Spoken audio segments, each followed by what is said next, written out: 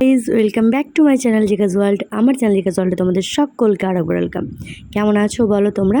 আলহামদুলিল্লাহ আমি অনেকটা ভালো আছি। আই হোপ তোমরাও ভালো আছো। ব্ল্যাক শাড়ির একটা লুক নিয়ে আজকে হাজির হয়েছি। সব থেকে সহজভাবে একটা লুক কিভাবে ক্রিয়েট করা যায়, তাও আবার 10 মিনিটের মধ্যে, সেটাই দেখাবো। বাই দ্য ওয়ে, এই ভিডিওটা আমার বাবার বাড়িতে থাকাকালীন করা। আর আমাকে এই শাড়িটা এত সুন্দর করে পরিয়ে দিয়েছে আমার সাথী দিদি। গাইজ বকবক না করে ভিডিওটা স্টার্ট করা যাক। প্রথমেই বলি গাইজ যে স্নানের পর আমি ভিডিওটা শুট করছি, সো ক্লিনজিং করা আছে আমার ফেসে। তো এখন আমি টোনার ইউজ করছি, গোলাবাড়ি টোনারটা আমি হাতের সাহায্যে সেট করে নিয়েছি মুখে। বুঝতেই পারছো যে শুকিয়ে গেছে প্রায়। আর আমি যে মেকআপ লুকটা এখন ক্রিয়েট করতে যাচ্ছি এই গরমের জন্য একদম কম সময়ে পারফেক্ট একটা মেকআপ লুক। এই সামারে আমার স্কিনটা ভালোই ঘামে, তো আমি এখানে ময়েশ্চারাইজারটা অ্যাভয়েড করলাম, কারণ গোলাবাড়ি টোনারটা ইউজ করার পর আমার স্কিনটা কিন্তু অনেকটাই ময়েশ্চারাইজ হয়ে থাকে। যাদের আমার মতো সামান্য অয়েলি স্কিন তারা এটা ফিল করতে পারবে টোনারটা ইউজ করার পর। যাই হোক, আসল কথা হচ্ছে যে আমি ময়েশ্চারাইজারটা অ্যাভয়েড করেছি।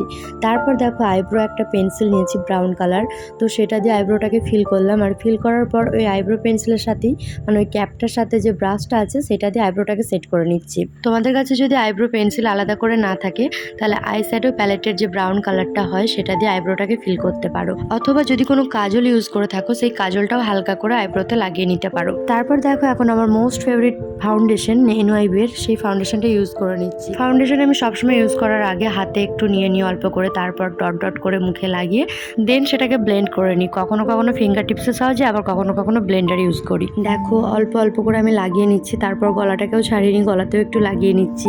আর আমি এখন একটা ছোট্ট ব্লেন্ডারের সাহায্যে এটাকে ব্লেন্ড করে নিচ্ছি ভালো করে। গাইজ আমি তো বাবার বাড়িতে আছি আর বড় ব্লেন্ডারটা আনতে ভুলে গেছি। ইমার্জেন্সি আমার কাছে ছোটটা ছিল আর ছোটটার সাহায্যে আমি ব্লেন্ড করে নিচ্ছি। এমন নয় যে ছোট বলে এটাতে কাজ হয় না, দারুণ কাজ হয়। আর কাজটাও ঠিক কতটা সুন্দর, কত তাড়াতাড়ি ব্লেন্ড হয়ে যাচ্ছে সেটা তোমরা ভিডিওতেই দেখতে পাচ্ছ, তাই না? সত্যি বলছি আমার একটুও প্রবলেম হয়নি ছোট ব্লেন্ডার বলে।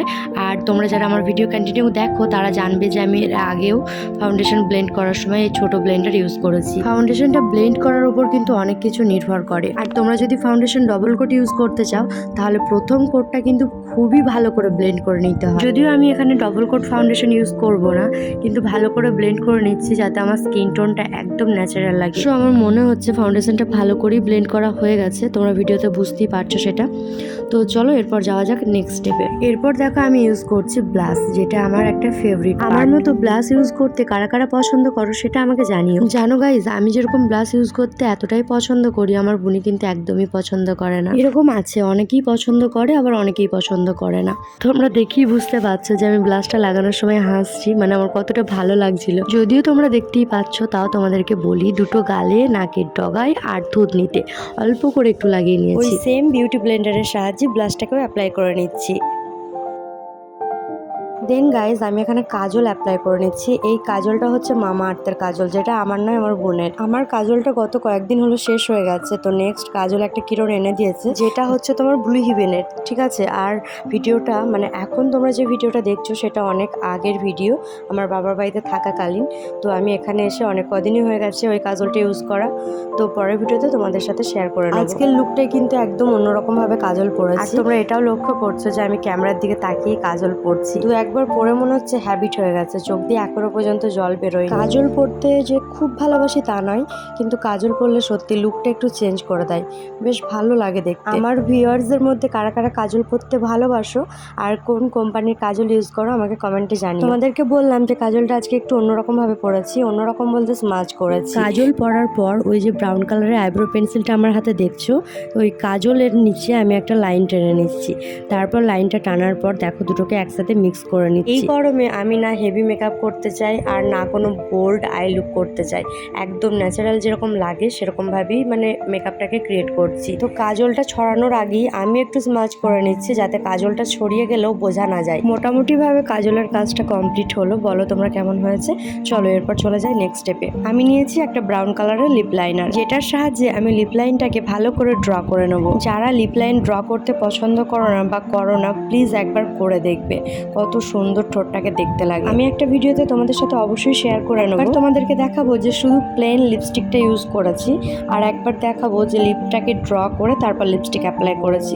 তোমরা দুটোর মধ্যে ডিফারেন্সটা নিজেরাই দেখে নেবে। আমি আমার ফেসটাকে একদম ন্যাচারাল রাখার চেষ্টা করছি, তো সেজন্যই চোখ আর ঠোঁটের ওপর জোর দিয়েছি বেশি করে। চোখের কাজটা আমার ডান, কারণ আমি কোনো রকম আইশ্যাডো ইউজ করব না, আর মুখেও কোনো রকম হাইলাইটার ইউজ করব না, তাই লিপটার ওপর একটু বেশি ফোকাস করেছি। দেখো আমি লিপ লাইনটাকে ড্র করার পর দুটো লিপস্টিক ইউজ করলাম, মাঝে আলাদা আর দু সাইডে আলাদা। তো তারপর দেখো ভালো করে আমি মিক্স করে নিচ্ছি। আর শুধু ঠোঁটে করে মিক্স করলে হবে না, আমি ভালো করে হাতের সাহায্যে মিক্স করছি, কারণ যে লিপ লাইনটাকে ড্র করেছি সেটাকেও তার সাথে মিশিয়ে দেবো। এটা ফার্স্ট টাইম নয়, আমি এরকম করে বহুবার লিপস্টিক পরেছি, আর আমার খুব ভালো লাগে এই ধরনের কালারটা। কত সুন্দর একটা নিউড শেড তৈরি হলো দেখো। গাইজ, তোমাদের কেমন লেগেছে সেটা আমাকে কমেন্টের মাধ্যমে জানাতে ভুলো না কিন্তু। আর এর মধ্যে তোমাদের যদি কোনো রকম কোনো ডাউট বা প্রশ্ন থাকে বা কিছু জানার থাকে, আমাকে অবশ্যই কমেন্ট করো, আমি অবশ্যই রিপ্লাই দেবো।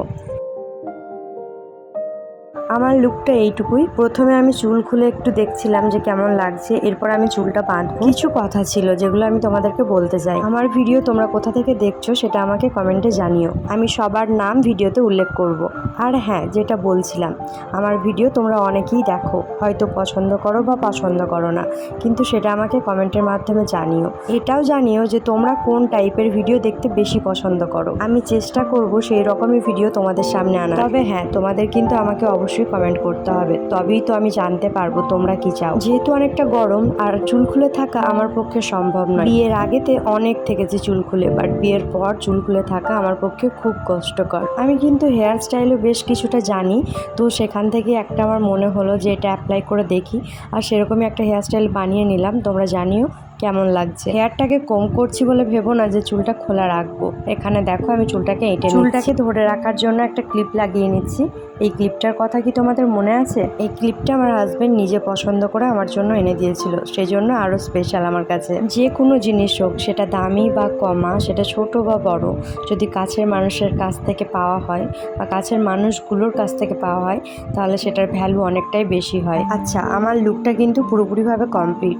তোমরা বলবে যে আবার কেন চুলটা খুলে দিলাম? আমি তো ভিডিও থ্রুতে এই লুকটা ক্রিয়েট করেছি, আমি কোথাও বেরোচ্ছি না। যদি বেরোতাম তাহলে অবশ্যই চুলটাকে আমি এঁটে নিতাম। আর যেহেতু রুমের মধ্যে আছি, ফ্যান চলছে, তো সেজন্যই চুলটাকে খুলে রেখেছি। তারপর আমার কি মন গেল, আমি একটা নোজ পিন পরলাম, একটা ছোট্ট স্টোনের নোজ পিন, যেটা ভালো করে বোঝাই যায় না দূর থেকে। আমি না নোজ পিন পরে একদম থাকতে পারি না, পরে একদিন বলবো সেসব কথা। এখন দেখো গলাটা ফাঁকা লাগছে বলে একটা চেন পরলাম। আমার লুকটা কিন্তু পুরোপুরি ভাবে ডান। আচ্ছা, তোমরা কি সিম্পল কুর্তি লুকের ভিডিওটা দেখেছো? যদি না দেখে থাকো, আমি ডেসক্রিপশন বক্সে লিংক দিয়ে দিচ্ছি, চাইলে একবার দেখে আসতে পারো।